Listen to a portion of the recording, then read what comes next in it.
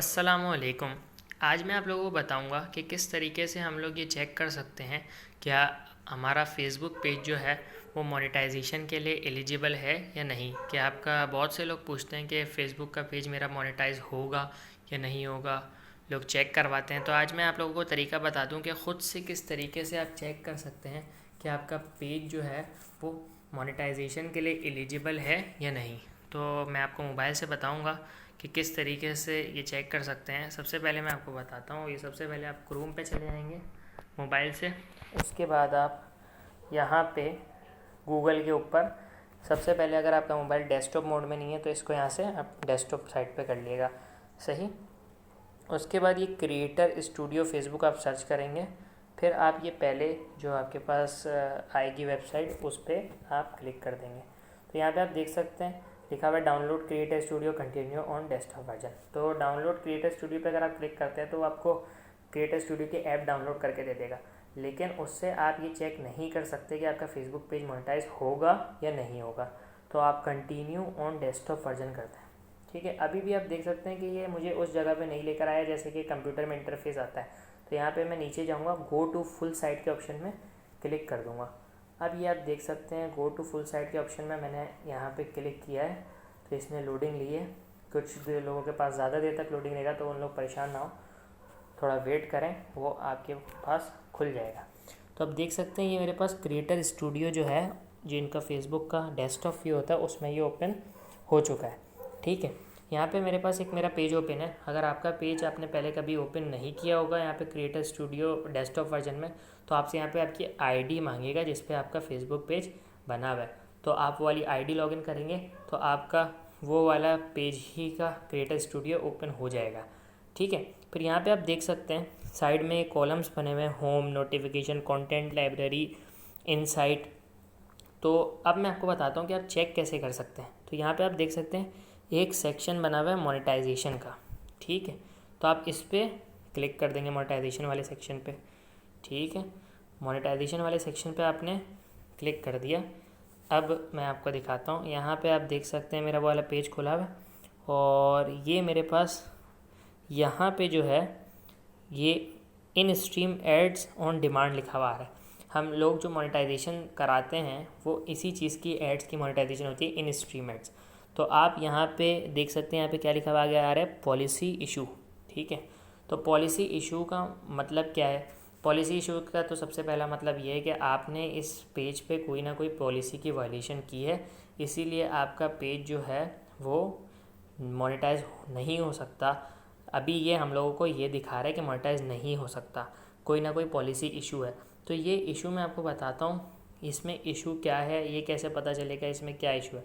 तो यहाँ पे आप देख सकते हैं कि लोगों को यहाँ पे मायूस होने की ज़रूरत नहीं है कि मेरा पेज मोनेटाइज नहीं हो सकता है। पॉलिसी इशू दो वजूहत से और भी आता है, लेकिन इसका हरगिज़ ये मतलब नहीं कि क्रिएटर की गलती है। क्रिएटर की हो सकता है इसमें गलती ना हो, ये लिखा आ रहा हो, तो उसके दो रीज़न्स है, वो भी मैं आपको अभी बताता हूँ। तो चेक कैसे करेंगे? सबसे पहले आप देख सकते हैं व्यू क्राइटेरिया लिखा हुआ है, यहाँ पे आप देख सकते हैं कि यहाँ पे चार चीज़ें आ रही हैं।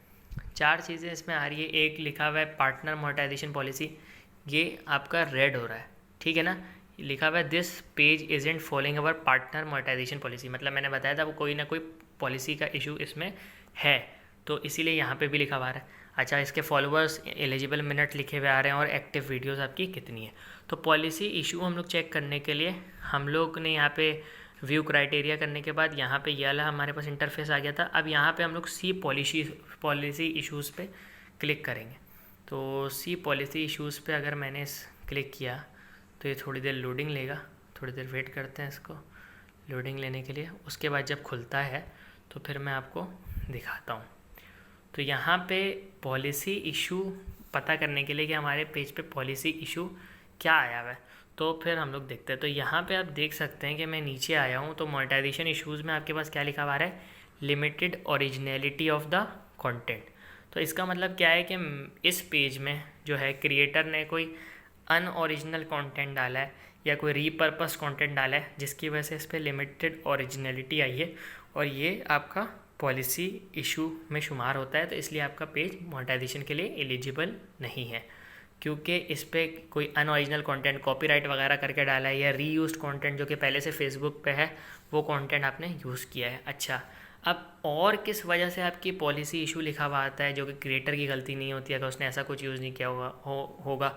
तो सबसे पहले तो मैं आपको बताऊं कि इसमें जो है एक वजह ये होती है कि जब आपका पेज 30 डेज से आपने जब क्रिएट किया है उसके बाद अगर जब आपके पेज को 30 डेज़ गुजर जाते हैं ना, उसके बाद आप अपने पेज की मोनेटाइजेशन के लिए अप्लाई कर सकते हैं। क्योंकि 30 डेज़ से पहले अगर आपकी सारी जो है क्राइटेरिया मैच कर भी जाते हैं, पूरे हो भी जाते हैं, फिर भी आप अपने पेज को मोनेटाइज नहीं कर सकते 30 दिन से पहले। तो अगर जिन्होंने पेज अभी बनाया है 30 दिन के अंदर अंदर उनके पेज में पॉलिसी इशू दिखा रहा है, तो वो जब इस पर करेंगे क्लिक, जो मैंने व्यू क्राइटेरिया करके क्लिक किया है, तो उनका लिमिटेड, यहाँ पे मेरा लिमिटेड ओरिजिनलिटी लिखा हुआ है, वहाँ पे उनका लिखा हुआ है प्रेजेंस नॉट इस्टेब्लिश। तो जिनका ये लिखा हुआ है उनको किसी भी किस्म की डरने की ज़रूरत नहीं है। उनका 30 दिन के बाद ये वायलेशन खुद ही आपकी ख़त्म हो जाएगी, इसमें कोई मसले की बात नहीं है।